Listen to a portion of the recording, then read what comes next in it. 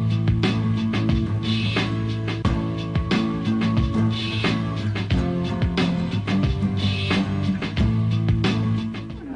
one of those days. This is Diane. Good morning, everyone. We'll go ahead and get started. A copy of the Open Meetings Act is located on the north wall of the legislative chambers. Please stand for the Pledge of Allegiance. I pledge allegiance to the flag of the United States of America and to the republic for which it stands, one nation, under God, indivisible, with liberty and justice for all.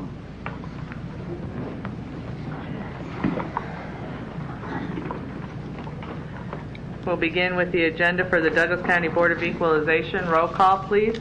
Commissioner Boyle, Commissioner Duda, Commissioner Kraft, Commissioner Morgan, Commissioner Rogers, Commissioner Tusha. Here. Madam Chair. Here. Item A, approval of the minutes of Board of Equalization meeting held Tuesday, June 14, 2011. Item B, call for a meeting and set Tuesday, June 28, 2011 as a date for hearing on certified assessment corrections reflecting the addition of omitted property to the tax rolls and increased value on property. Motion approve A and B. Second. Any questions or comments? Please vote.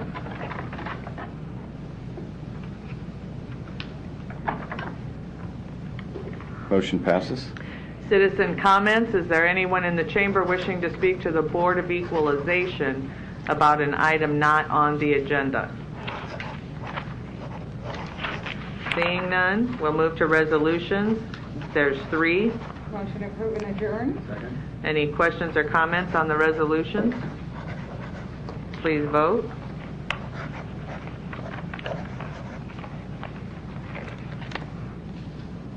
Motion passes. We'll move to the Douglas County Board of Commissioners. Roll call, please. Commissioner Boyle, Commissioner Duda, Commissioner Kraft, Commissioner Morgan, Commissioner Rogers, Commissioner Tusha. Madam Chair. Here. Item A, approval of the minutes of the Board of Commissioners meeting held Monday, June 13, 2011 and Tuesday, June 14, 2011. Item B, approval of claims submitted for payment processed through Tuesday, June 21, 2011. And the complete list is in the office of the county clerk. Motion approved. Any questions or comments? Please vote.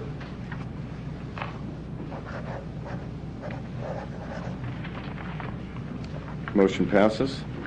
Consent agenda, A through N. I'm asking that J be pulled.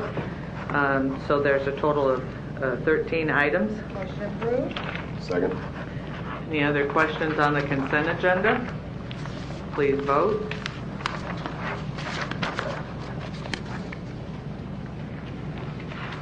Motion passes. We'll go back to item J. Item J is a memorandum of understanding between Douglas County and the City of Omaha. And we were currently in discussions about the percentage split, and if the board would like to amend this resolution to be a 50-50 split rather than a 60-40 split. May I first make the motion to approve item J? Yep.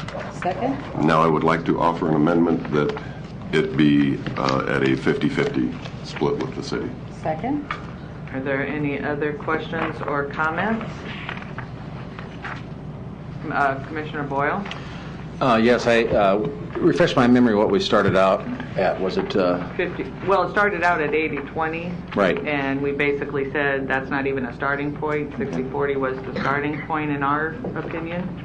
And so we kind of stuck with 50-50, and that's where we remained. Okay, good. Well, I want to thank you very much for going over and standing toe-to-toe with His Honor. Thank you. All right. Any other questions or comments? Again, that's amending the resolution to be a 50-50 split. I trust that can be viewed as a friendly amendment. Yeah. Please vote.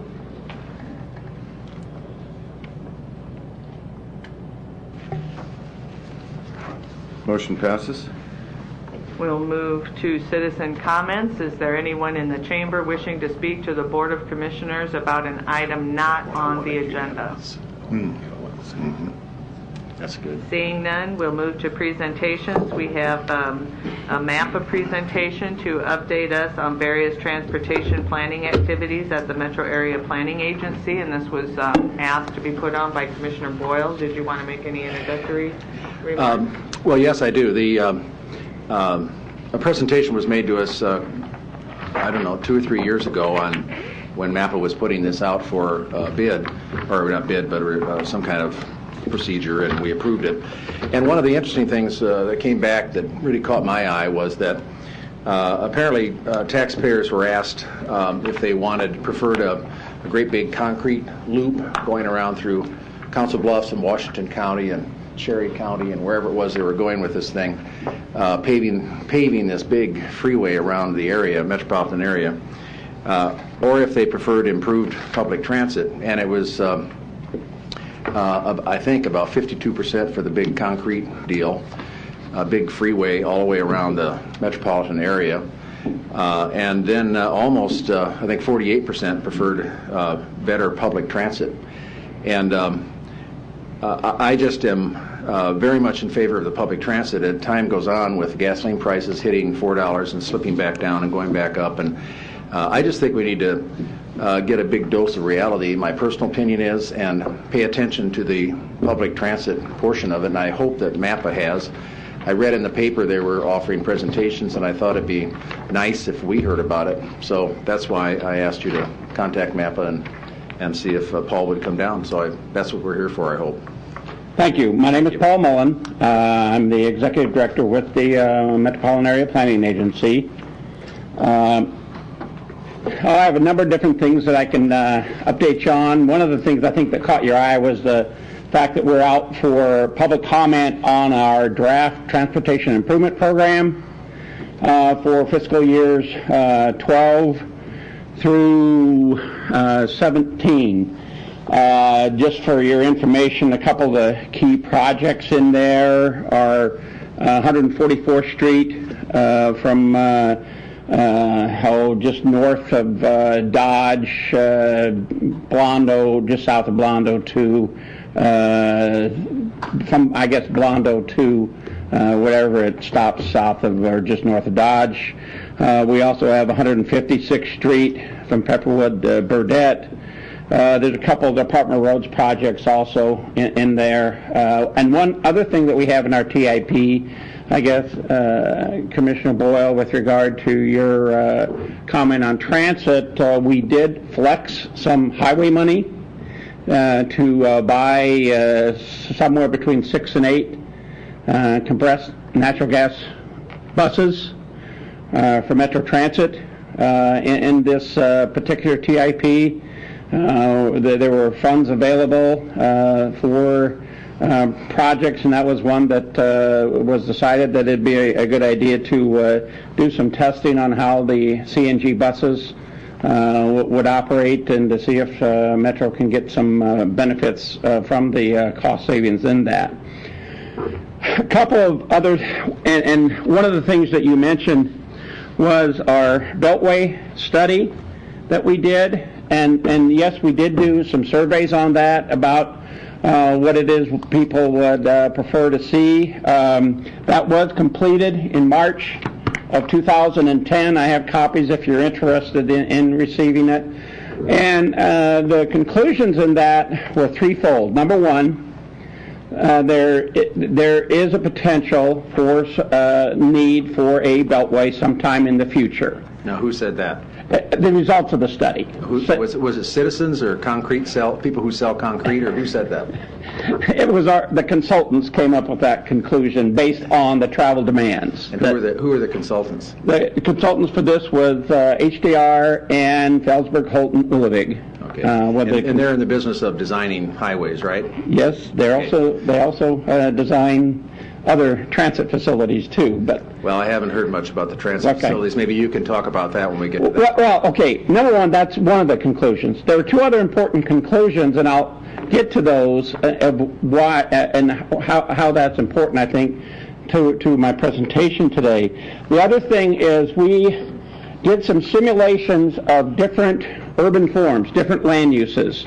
And one of the simulations we did was to have targeted densities. When I say targeted densities, those are types of facilities like Exarvin Village or Midtown Crossing. And we allowed those to go throughout the metropolitan area, and as a result, we had a 10% reduction in travel. So urban form does matter. As a result of that, we have, and I think we came to the board last year and talked to you about the regional visioning project that we are trying to pursue. We didn't get funded for it last year. We intend to reapply for the funds this year. We were put on preferred sustainability status, so hopefully that will mean we'll get funded to look at different alternative land uses and see how that impacts travel demand, and does it in fact reduce possibly the demand for whatever kind of roadway facilities, beltways or even other kinds of roadway facilities. The third thing that the Beltway study came up with is we also simulated some higher level transit. And again, that does make a difference if you have higher level of transit on travel demand. Based on current, if we continue what we're doing currently in terms of transit, it probably wouldn't reduce transit enough, or wouldn't reduce travel demand enough to do away with all roadway improvements. But what we are doing, and we're pursuing, again, we took some highway funds.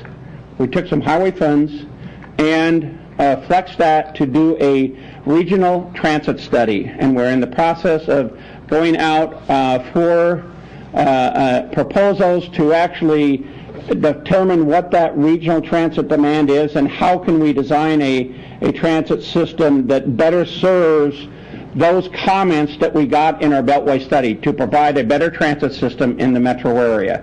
So as a result of this Beltway study, we're doing a couple different things before we do anything in terms of any Beltway project. And the final thing that we've done is we recently approved our long-range transportation plan.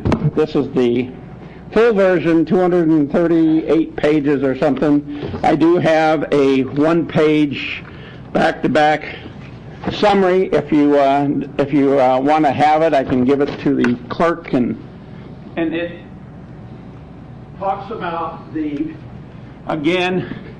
need to provide for alternative modes, alternative to the single occupant vehicle, to provide for better transit facilities, to provide better pedestrian access, to provide better bicycle facilities, and the fact that the Beltway, as a part of this Beltway study, we also determined we don't have enough money to build it, even if we wanted to today. That's good news. And our long-range plan does not include the Beltway in terms of a project. It still has the concept in there, but the Beltway, we cannot proceed any further on the Beltway until we would actually include that in our long-range plan. You just see a concept in there at this point that there's still a Beltway, but it's not in there.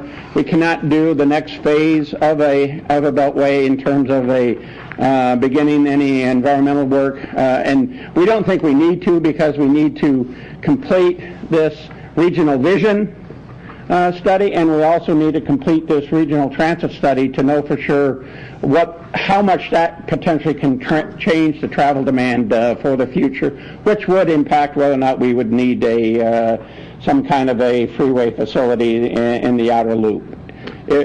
Again, but if we can't change what the urban form is, can't change land uses, if we can't provide a better transit system, there will be that demand. But we are looking at how we can do that and provide these alternatives to the vehicle. Commissioner Boyle? Well, I got a note to use my light, which meant I couldn't talk to you, so I have all sorts of questions. Yes. You're probably going to have to start all over. I will. I'd be happy to. Okay, we'll just start talking, and maybe we can have a conversation. No, I'm done.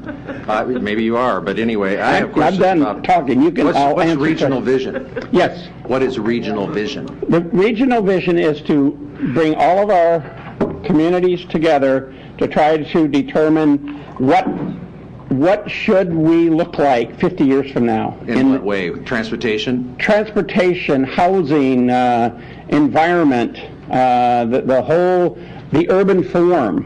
What should our development look like in the future? And development, of course, ultimately impacts what travel demand is. So we'll be looking at all of those issues in that. This is a program that we actually started prior to having a federal initiative. It's called the Sustainable Partnership. U.S. Department of Transportation and U.S. Environmental Protection Agency joined together in this joint program to get a better idea of how you can manage these various federal programs, because quite frankly, some of those federal programs, be it HUD, be it EPA, be it DOT, we're really at odds with each other, providing some of our low-income housing in areas where it's not accessible to jobs because there's no transportation, and some of the environmental issues that are contrary to some. So they got together to say we need to get our act together, and that fits within the idea of this regional visioning project that we had proposed. We went out and visited with a number of our jurisdictions last year to try to get a consensus of whether we should proceed even looking at that. And there was a consensus that we should. Are you considering low-impact zoning? Considering what? Low-impact zoning. Are you familiar with it? You can define it. The answer is probably yes, but... Well, I doubt it, because it's very controversial. It requires developers to include low-income housing in their development, so that out in the suburbs, when they want to do, which probably won't be for several years, but if they wanted to do a 300 single-family development, they have to provide 30 to 50 housing units for low-income families that look the same. Well, we won't propose any zoning because we don't do zoning. That has to be whatever jurisdiction provides that zoning. But we will be looking at those kind of concepts in this regional vision project as a part of the housing element of that regional vision. Are you going to bring that up, or do you expect someone else to? Sure, I'll write it down and I'll bring it up. Okay. The other thing I wanted to ask you, you talk about, no housing being built in areas that are not served by buses. Has anybody come up with a thought about supporting Metro and getting a bus line out West Maple? Actually, they're working on that right now, I'm pretty sure. How far are they going to go? I think they're going all the way to Elkhorn. I can't tell you. I can check with that. They're going to Elkhorn. Yeah, I thought they were going to Elkhorn and then swing down to Dodge too. Isn't that a part of your study, though? It will be, yeah. I mean, they'll be part of it. I mean, they're doing that today, though, or will be doing that. Okay, well, I guess what I'd hoped for is something that you could hand out so I would not have to try to make notes and listen to you at the same time, and then I wasn't able to talk. So I had to go through the chair, which I understand and respect, but it stifles conversation about this. So your presentation, I'm sorry, is pretty much lost for me. I'll have to go back and listen to the tape and send you an email, I guess. But I wanted to ask you if, what about, have you looked at, did you want to say something, Commissioner? Oh. Have you looked at Portland for their development? When they have much stricter zoning than we do, and when they build the metro lines out to a community, that's when the property becomes more valuable because the metro line's going out to it. Is that a part of your study at all, or? It will be. Actually, that's being done even right now as a part of the City of Omaha's update of their transportation element of their master plan, and we'll be incorporating that into either our long-range plan or more likely the regional visioning process. Okay. Yeah, they're already doing that, and we're following that, we're participating in that, and that's something that, again, that is a policy that in this case, the city council would have to implement to some degree anyhow. Okay. I think what I'll do is give you a call and come over and sit down with you and go over I would be happy to do that. And I apologize for some of my colleagues laughing during your presentation. It's not good manners, but for some reason it was amusing. Thank you. Thank you, Paul. We'll move on to public hearings. The first one being the application for PZ 211, the request for a preliminary and final plat, Woodlands Estates. This is location is intersection of Rainwood Road and Military. The applicant is Woodlands Crossing LLC, 2332 Bob Boozer Drive. The planning board considered this application on May 11th and recommended approval with 5 affirmative votes and 1 abstention. And action can be taken today. Good morning, Commissioners. Good Kent Holm, morning. Environmental Services Director. Just here to answer any questions. Recommend approval. Any questions or comments? Is there anyone in the chamber wishing to speak to the board during the public hearing? For or against? Seeing none, I'll close the public hearing. What's the action? Motion approved. Is there a second? Please vote.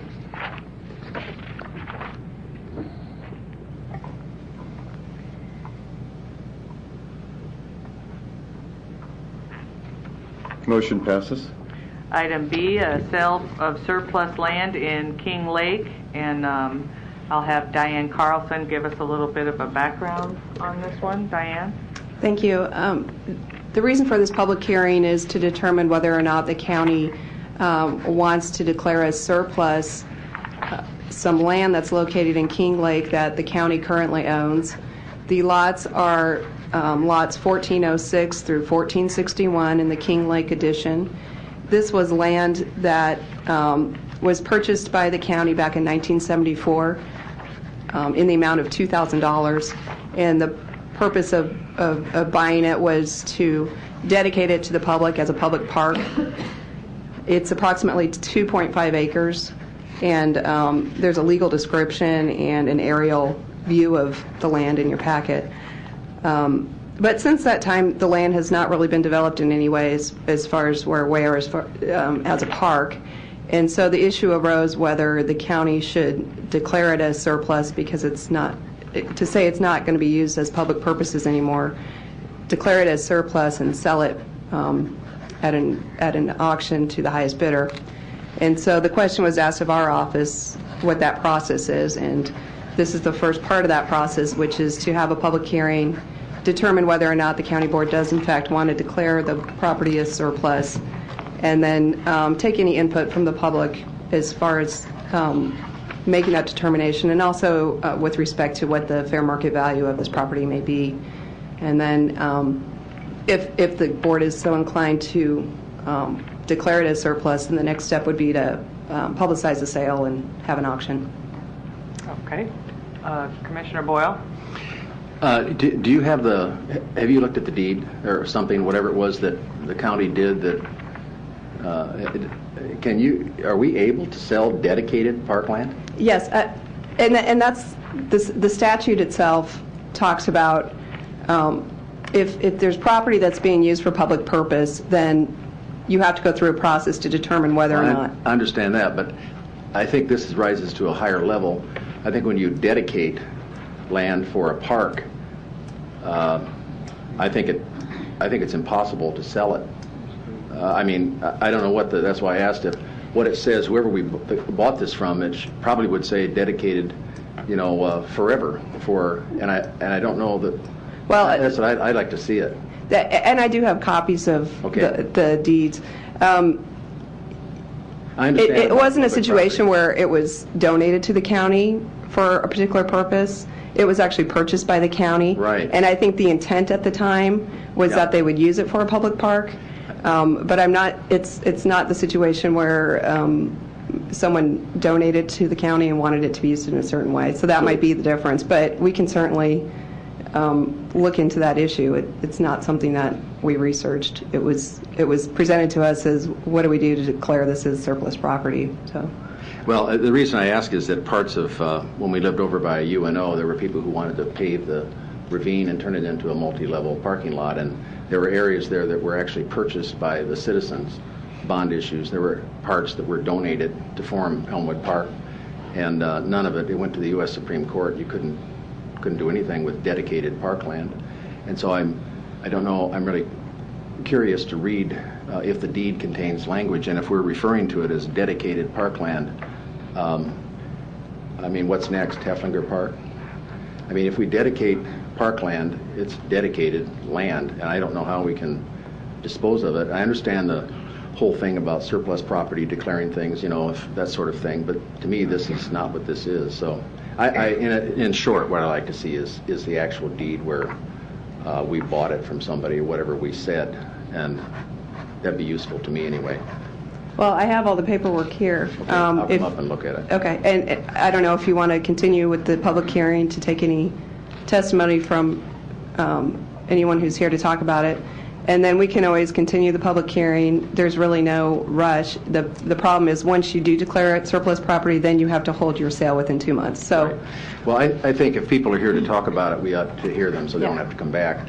But I would not like to see us take a vote on this until we're clear that, you know, once this is a precedent we'd be setting, because the next thing is that someone may want to do something. I know Heflinger is kind of a difficult park because of the sinking of the land, but someone may want to buy that from us, and that'd be the next thing. Of course, we don't own it anymore, well, do we? and that's the other thing. As you know, back in, I think it was 2005, yeah, we gave there was an everything to the city. interlocal between the county and the Yeah. city, and the county parks were transferred to the city's control. This was not included. I don't know why. It was an oversight, Yeah. probably because nobody really knew, I don't think. I mean, it's before my time, but Right. the fact that we even owned this area I think came that's to right. light within the last few years, and so it was just an oversight that it wasn't included, I believe. Thank you very much. Commissioner Kraft? Yeah, in other words, the question is, has this been actually dedicated as a park? Right. Okay, I just wanted to make sure. Okay, thank you. Is there anyone here in the audience wishing to speak during the public hearing, either for or against declaring the land in King Lake as surplus?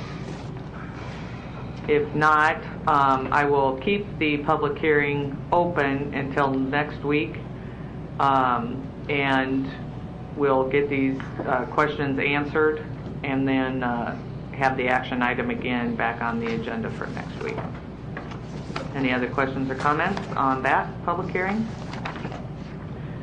We'll move to the Finance Committee, Commissioners Kraft and Morgan.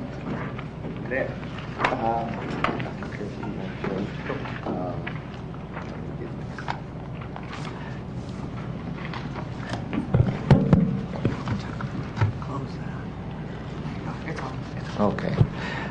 Next week, we will be having the public hearing on the budget, and we talked plenty about that, and I think we're able to hopefully have a budget that will be adopted without any mill levy increase. That was our goal as we started this process. So look forward to the public hearing next Tuesday, the 28th. And also, I think we have a resolution that we need to pass this morning also. Right, we need to transfer $175,000. Oh, I'm sorry. How much is it? $17,500. Yeah. Misplaced decimal point in my brain. Okay. We need to transfer $17,500 into the workman's comp funds, and this is just a short-term shift because of the timing of the claims. So I'd make a motion that, Declare an emergency first. and this is an emergency measure because we need to pay the claims. I'll second that. So we need to declare an emergency first, so the motion and second to declare an emergency. Yes. Any questions or comments? Please vote.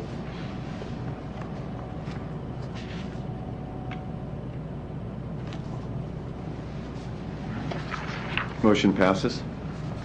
Now, I'd like to make the motion. My mic's not on. Okay. Now I'd like to make the motion to transfer $17,500 from the environmental services budget to the risk insurance budget. Second. Any questions or comments? Please vote.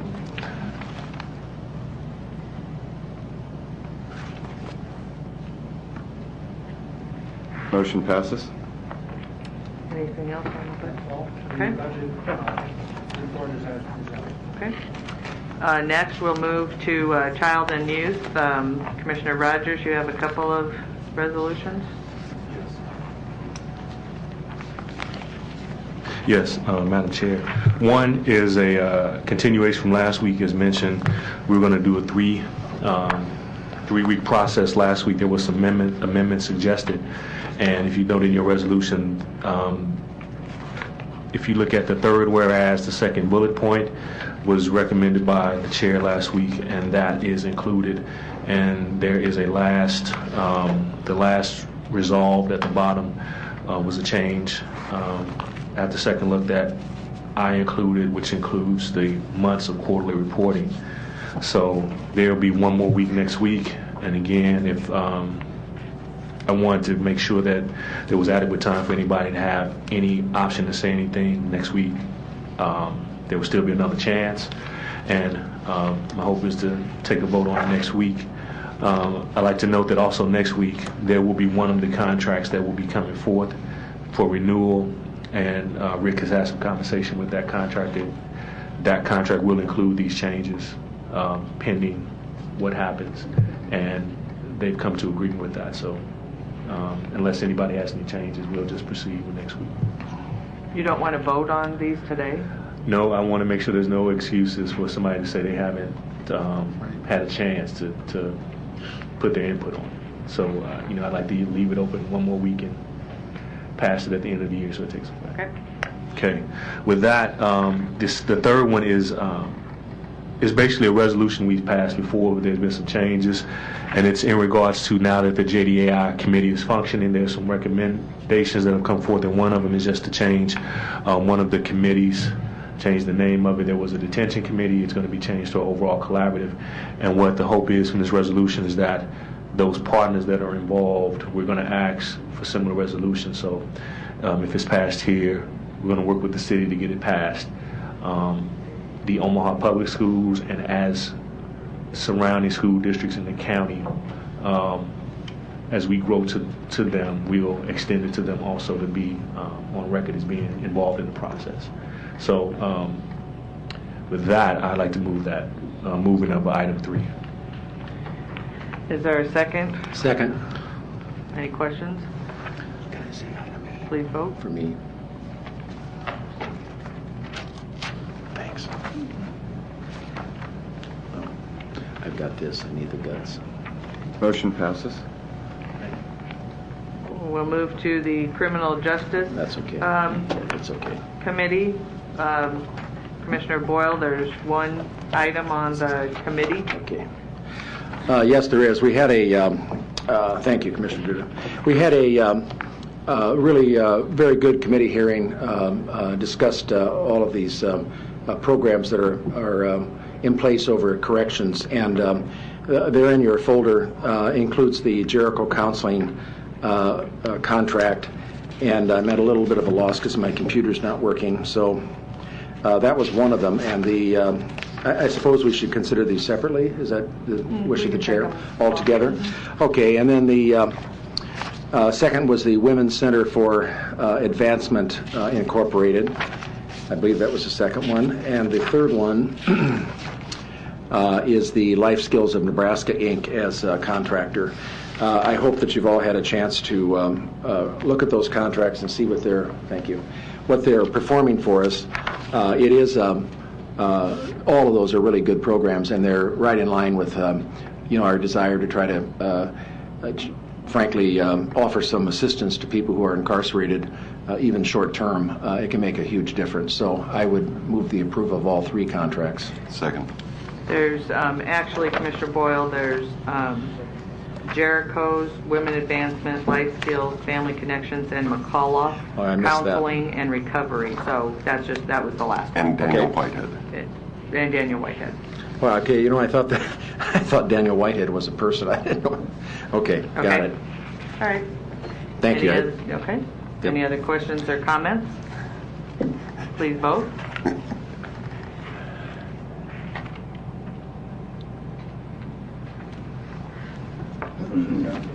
All right. We'll move to the Human Resources Committee, the weekly personnel report as presented. And right now, there's no legislative issues. We will keep track of the interim studies that are going on and get a schedule of those to everybody. We do have need for executive session for labor negotiations and litigation. Thanks. Nope, just labor negotiations. Is there a motion to? Second. Please vote.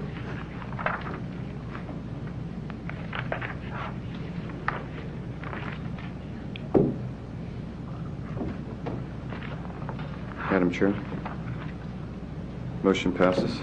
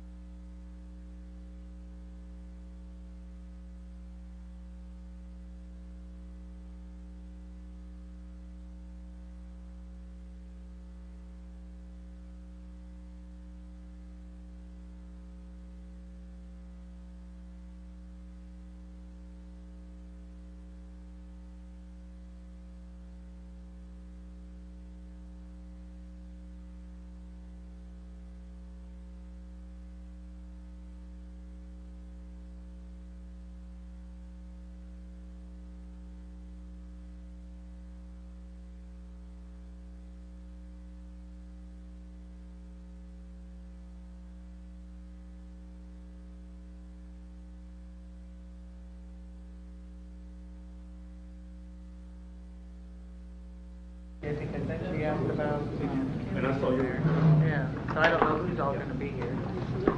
Motion to reconvene and adjourn. Vote. Right now, the difference between floodplain and floodway is about 4 foot of depth.